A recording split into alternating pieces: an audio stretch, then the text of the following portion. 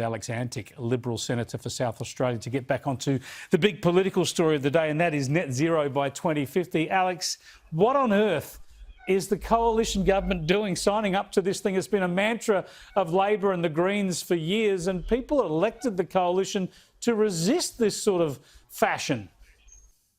Well, Chris, look, I don't know. I mean, to me, net zero is a bit like the operation that your next door neighbour books you in for that you don't need, but you do because you're told the painkillers are not going to be make it so bad. It doesn't make sense. And I know that there is a technology, not taxes approach. I get all of that.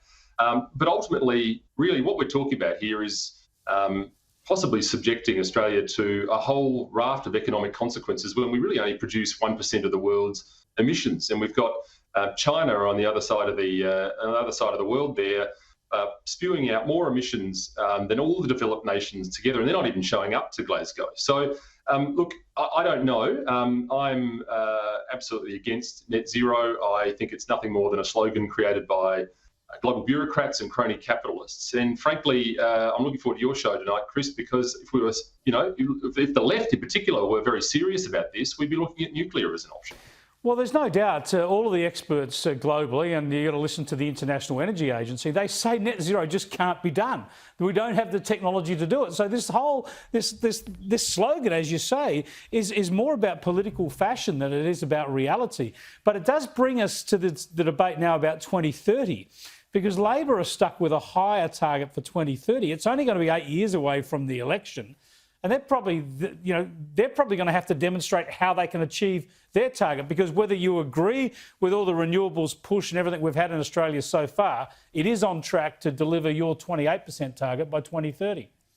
Well, that's right. And that's exactly the point, actually, is that we are on track to meet and smash our Paris targets, which revolve around that 2030 measure. So, look, I don't know how Labor better do that. And in fact, a lot of the reductions that we see in net zero targets themselves rely on potentially technology that doesn't exist yet. So I can guarantee that nuclear won't be part of Labor's plan. It's a shame because it ticks all the boxes as far as I'm concerned: safe, and emission-free virtually, and proven. Ultimately, we need to work on technologies that are actually proven, not things that stop when the sun goes and when the wind stops blowing. So, look, I don't know, but frankly, I think Australia does more than its fair share of heavy lifting, and it should stay the way it is. Yeah, well, nice of you to promote my doco. Yes, it's 8 o'clock here tonight on Sky News.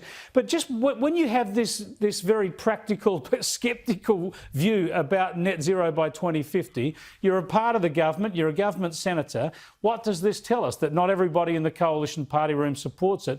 Does it mean it could be up for review? Because if there's a change of leadership in Europe, if there's a change of president of the USA, this thing will all swing back the other way. Well, that's right. Look, I think, as we know, coalition is a broad church. I'm sure that applies to both the Liberal and the National Party rooms, of course, and there are a divergence of views, and we've managed those well over the course of time.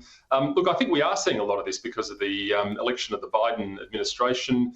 You know, these things do turn on fashionable trends that come from overseas politics, and in fact, we're being told that a lot of this is actually being driven by pressure from investment capitalists and in other countries. So, look, I don't know, things can swing. I mean, we're seeing that with China. They're talking about targets, but they're not showing up to Glasgow, and they're firing up their coal-fired power stations at the same time. And, I think their Premier Li, as opposed to Xi Jinping, is actually talking about coal and fossil fuels being the way to economic superiority. So, look, I don't know, but I'm not all down for it, I can assure you. Yeah, well, it's good to hear that, and thanks for joining us, Alex.